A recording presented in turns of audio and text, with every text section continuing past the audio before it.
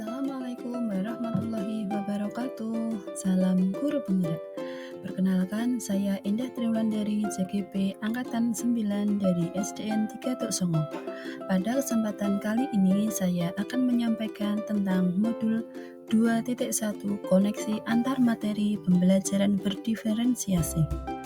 Perkenalkan, untuk fasilitator Ibu Buntas Ernawati SPD dan pengajar praktik Ibu Kusuma Hardini SPD.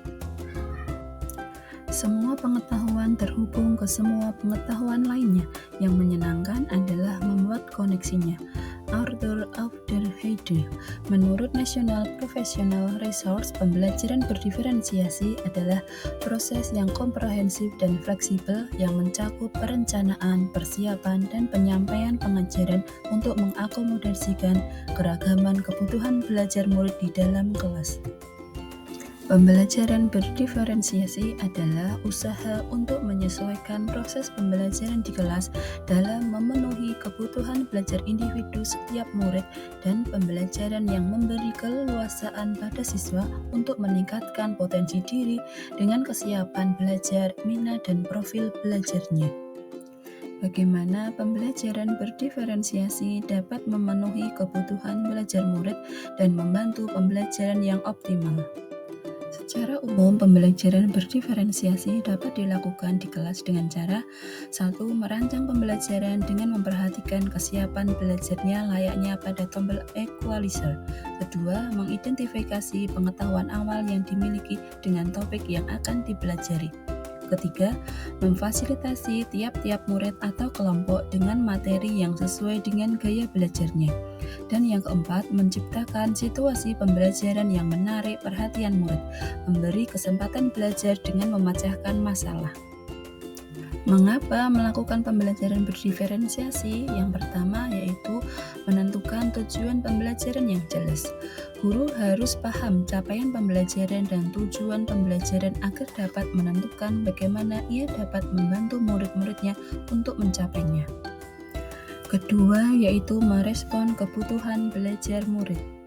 Mulai dari kesiapan belajar, mendiferensiasi pembelajaran berdasarkan tingkat kesiapan belajar murid, mengharuskan guru menilai pengetahuan awal dan menentukan apa yang telah murid ketahui dan di mana murid berada.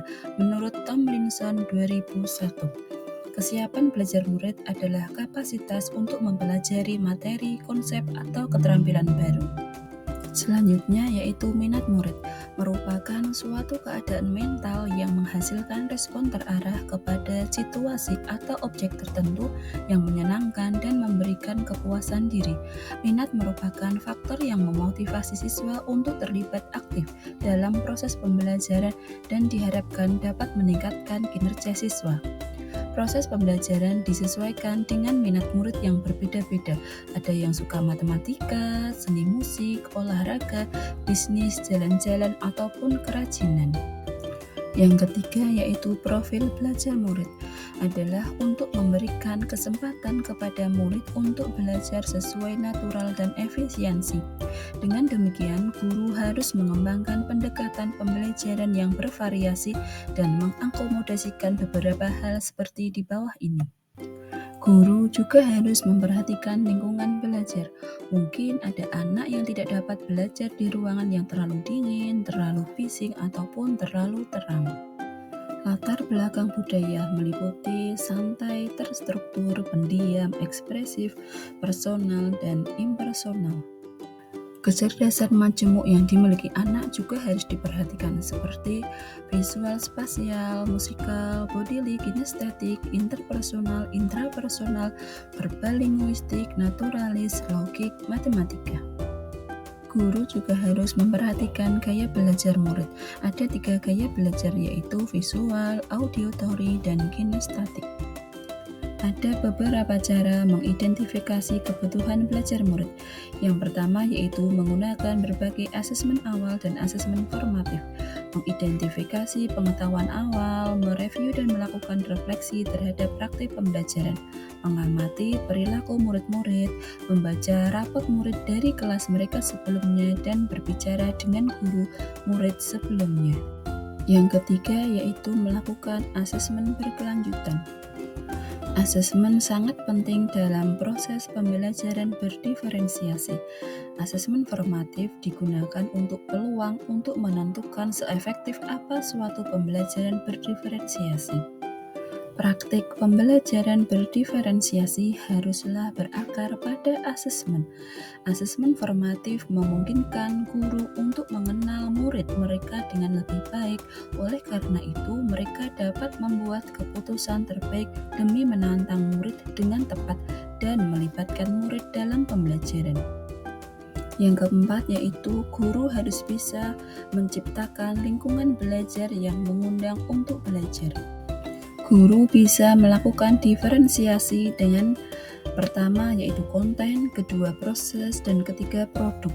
Guru dapat melakukan salah satu atau kombinasi di antara ketiganya.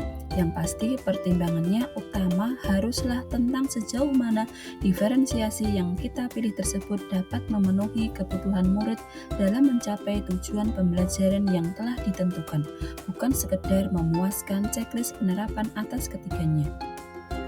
Diferensiasi yang pertama yaitu konten, membedakan pengorganisasian, memecahkan materi menjadi bagian-bagian kecil sehingga lebih mudah, membedakan format penyampaian, menyiapkan materi dengan beragam format, poster, video, audio, atau lainnya.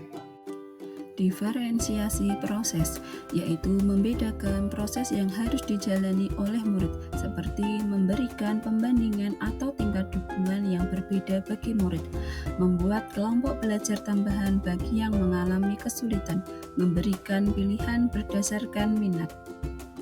Diferensiasi yang ketiga yaitu diferensiasi produk, hasil pekerjaan atau unjuk kerja yang harus ditunjukkan kepada kita. Bisa berupa karangan, pidato, rekaman, atau diagram atau sesuatu yang ada wujudnya. Produk meliputi dua hal, memberikan tantangan atau keragaman atau variasi, memberikan murid berbagai pilihan bagaimana mereka dapat mengekspresikan pembelajaran yang diinginkan. Cara yang kelima yaitu manajemen kelas efektif. Bagaimana koneksi antar materi pembelajaran berdiferensiasi dengan modul lain pendidikan guru penggerak yang pernah dipelajari? Adanya saling keterkaitan antara modul 1.1 tentang filosofi KHD, 1.2 nilai dan peran guru penggerak, modul 1.3 visi guru penggerak, modul 1.4 tentang budaya positif, dan modul 2.1 tentang pembelajaran berdiferensiasi. Konsep pembelajaran berdiferensiasi ini sesuai dengan filosofi KHD tentang pendidikan yang menyatakan bahwa pendidikan adalah menuntun segala kekuatan kodrat yang ada pada anak agar mereka sebagai manusia dan sebagai anggota masyarakat dapat mencapai keselamatan dan kebahagiaan yang setinggi-tingginya. Pembelajaran berdiferensiasi juga sesuai dengan nilai dan peran guru penggerak, yaitu menjadi pemimpin pembelajaran dengan keberpihakan pada murid. Dengan strategi ini, murid dapat berkembang sesuai dengan kebutuhannya. Penerapan strategi pembelajaran berdiferensiasi dapat dijadikan alat dalam pemenuhan kebutuhan dasar murid dalam belajar, yaitu kebutuhan akan rasa aman, kebutuhan akan cinta dan rasa diterima, kebutuhan akan kebebasan, kebutuhan akan kesenangan, dan kebutuhan akan penguasaan. Kesimpulan yang dapat ditarik pada materi ini yaitu pembelajaran berdiferensiasi sangat erat kaitannya dengan proses pembelajaran pada murid sesuai dengan filosofi KHD. Nilai-nilai dan peran guru mewujudkan pembelajaran berdiferensiasi. Murid sebagai subjek yang beragam harus dilayani dengan baik. Pembelajaran berdiferensiasi merupakan bagian dari budaya positif memahami karakter peserta didik. Demikian yang dapat saya sampaikan. Terima kasih, semoga bermanfaat. Salam guru penggerak. Wassalamualaikum warahmatullahi wabarakatuh.